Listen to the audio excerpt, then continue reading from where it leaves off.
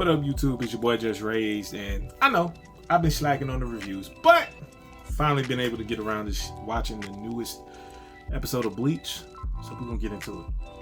Now, as far as this particular episode, not a whole lot happened.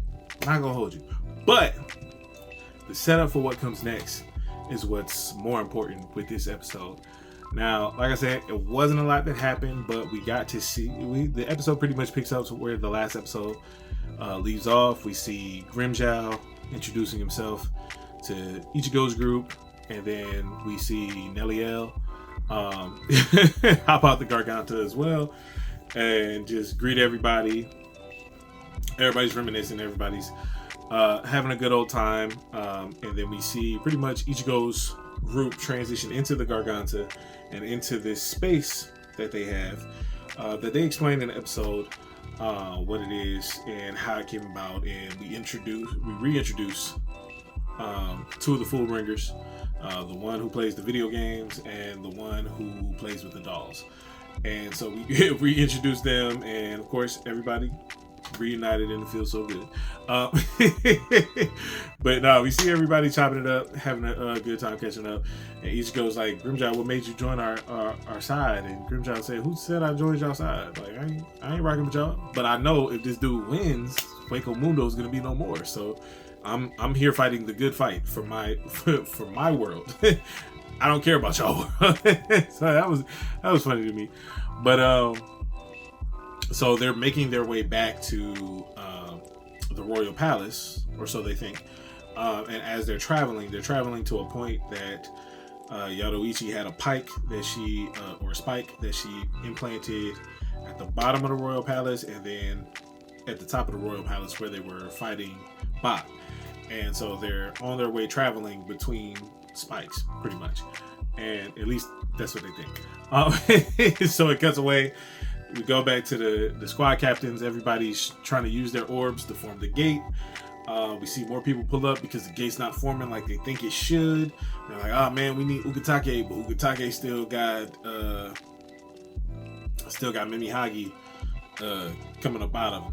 And so we finally see the visors pull back up. They got their Hakushos on, and we see they all get their orbs, and they're contributing to forming the gate. They form the gate, and they're able to pretty much walk through the portal and into the Royal Palace. However, as they're forming the gate, that's when Bach is pulling stuff from the Seirete and from the 13 Court Guard Squad's area. He's pulling like debris from their Quincy realm into the air, and so they don't know what's going on. Ichigo and them are in like some other dimension, so they don't know what's going on as they're traveling back to the Royal Palace in between spikes. And then both of them kind of arrive at the same point, and when they arrive into the Royal Palace, all of them are at a loss for words because they don't know what's going on or what's happening or where they're at, because the whole reason why Bach was pulling the debris up from the Seirete was to pretty much reshape the entire Royal Palace in his image, and pretty much reshaping it into a more relatable Quincy area. And it kind of looks fire. I ain't gonna hold you, because it's like one of their stars. So it's got the 5 posts, and at the end of each post is a circle, and yeah, it actually looks kind of cool. I'm not gonna hold you, but of course the captains get in there and they're just like, oh snap, so this is what he did. And then they realize that the spiritual pressure is very different in the Royal Palace now that Bach is in control, and they realize that they can't do a flash step or can't manipulate the reishi to be able to walk in air like they normally do. And then we cut over to Ichigo Squad, and Ichigo Squad before we cut to Ichigo Squad though, we see Yoruichi's brother recognize Yoruichi's spiritual pressure, and that's how they found out that they couldn't manipulate the reishi in the area, because he tried to run off to her and almost died because he almost fell off the whole platform. And he was like, I can't make a footing. He was like, yeah, the reishi is a little different here. And so then we get to Ichigo's group, and we see Ichigo, Yoruichi, and all of them are super confused as to why they're not where she left the spike. And then Yoruichi takes a step back and actually steps on the spike that she left and realizes they're actually exactly where she left the spike. It's now changed based on what Bach has done. And they even show glimpses of Bach just reshaping the royal palace in his image with the Shitstuffle. And we see the Shitstuffle bowing and just in reverence. We see Uryu look a little disheveled and stressed a little bit. We see that little bead of sweat coming down. But it was just interesting just seeing the setup for everything. Now, if you're a manga reader, you know what's finna go down next. It's gonna be pretty much all hands. It should be anyway. All hands for the rest of the season. Should be. Unless Kubo has different ideas and wants to do something different and wants to add some new scenes, it should legitimately be all hands and fast paced action from here on out for the rest of the season. And I'm here for it because I read the manga a long time ago, and I'm excited with this particular. I'm not really excited with this particular episode, just because it was just a lot of setup.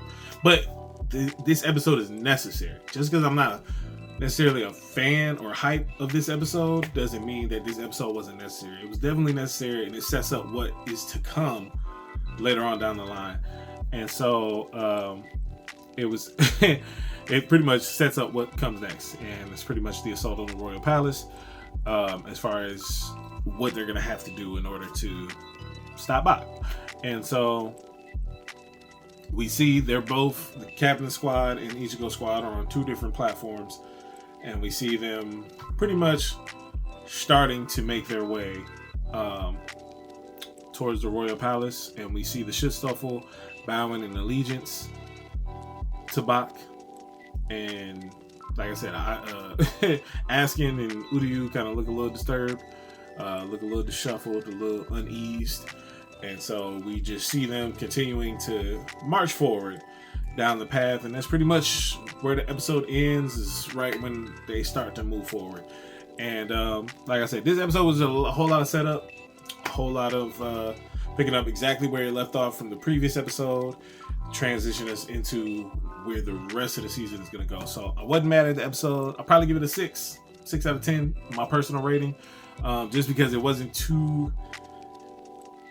There were moving pieces this episode, but it wasn't like it has been previously in this season. Like, they've done a great job of balancing like story and action so far this season, but this particular episode was pretty much like all story. It wasn't too much action, and it didn't need to be. So I'm not mad at it. The 6 isn't a oh, this episode's trash, but it's more of a nah, this episode's necessary, but it's a setup episode. So for me, like I said, I'm excited to see where the rest of the season is going to go. If Kubo has any more new fights or new ideas that he's going to implement in this particular season, I'm here for all of it. I'm here for all of it, because so far, everything he's added that's been new has been fire. It's been chef's kiss. And so I'm not mad at it. I'm tapped in. I'm ready to see what this next episode talking about. But let me know in the comments below how you feel about it. If you agree with my take on this particular episode, how did you feel about the episode? Are you even watching Bleach: 1,000 Year Blood War? If you haven't watched Bleach at all, definitely add it to your watch list. It's a big 3 for a reason. What I would recommend, though, is that you would look up a filler a filler reference, so that way you know what episodes you can skip and what episodes are actually canon to the manga. So I would recommend doing that, because Bleach has some random filler that pops up in the middle of fights. So just pull up a reference, episode reference, so you can see where the filler is, and you can easily Google that, or you can look it up on YouTube. Same thing. But like I said, let me know in the comments below how you felt about this last particular episode, what you're excited for going forward in the 1,000 Year Blood War, and what you've been excited and amazed by so far in the 1,000 Year Blood War. Let me know in the comments below. Let's chop it up. And don't forget to like the video. Don't forget to share the video. And don't forget to subscribe to the channel and hit that notification bell so you can be notified anytime that we drop a new video on the channel. We got new videos dropping every day, but you got to stay tapped in and you got to hit that notification bell so you can be notified. And the more you like and the more you share these videos, the more YouTube's algorithm will boost the video and share it to different audiences. And for those who have watched the video, just go ahead and hit that subscribe button. You may be recommending my videos and not even be subscribed to the channel. So go ahead, hit that subscribe button and hit that notification bell. So that way we can continue to grow this community and continue to reach our goals as a YouTube channel, trying to hit 1,000 subscribers before the end of the year, but we can only do it with your help. So stay tapped in, continue to join the community, continue to, like I said, like, share, comment, and subscribe to the channel. And never forget, it's FreeSoul to the soul free. Let's get it.